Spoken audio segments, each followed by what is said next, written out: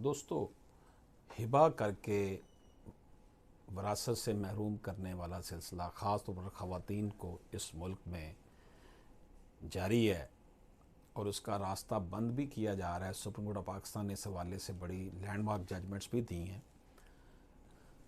2021 SMER 772 में यह कहा गया कि वारसों को जायदाद से महरूम करते हुए रेवेन्यू अथॉरिटीज़ को इंतकाल हिबा नहीं करना चाहिए। यानी कि रेवेन्यू अथॉरिटीज़ को कहा कि अगर आप ये देखें कि अगर किसी को म्यूटेशन की जा रही है, इंतकाल किया जा रहा है हिबा के ज़रिए, क्या उससे कोई वारस महरूम तो नहीं हो रहा, तो उसको कहा गया कि मत करें। इसी तरह दोस्तों 2020 SMER 276D में यह कहा गया कि इंतकाल हिबा पास करने वाले तहसीलदार और गवाह इंतकाल को पेश ना करने की सूरत में हिबा साबित नहीं होगा।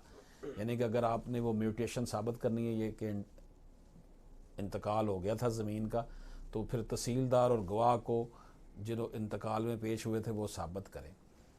दोस्तों 2018 MLD 739 में कहा गया कि हिबा का बेनिफिशरी आर्टिकल 79 कानून शहादत की रूह से बज़रिया शहादत हिबा को साबित कर किए जाना, उस पर पाबंदी है। जो बेनिफिशरी है ना, वो साबित करे कि इसे हिबा क्यों किया गया।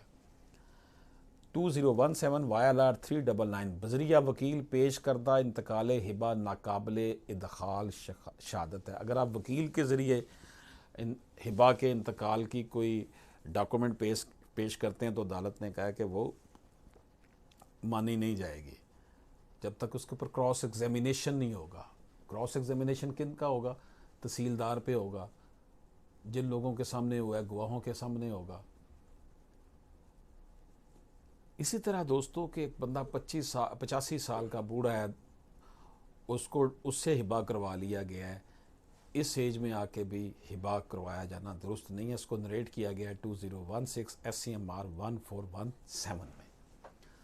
ये आपकी खिदमत में जो जजमेंट पेश की हैं कि वरासत से महरूम किया जाना, किसी को अगर वरासत से महरूम कर दिया जाए कि जनाब आप वारस नहीं रहे, इसके लिए बहुत बड़ा जो हथियार पाकिस्तान में इस्तेमाल किया जाता है वो क्या है? वो है कि हिबा कर दिया जाए। बेटों को हिबा कर दिया जाता है और बेटियां बेचारी देखती रह जाती हैं। इस दुआ के साथ इजाज़त चाहता हूँ कि अल्लाह पाक हम सब पर अपना ख़ास करम फरमाए, हमें हक सच का साथ देने वाला बना दे। इजाज़त दीजिए। अल्लाह हाफिज़।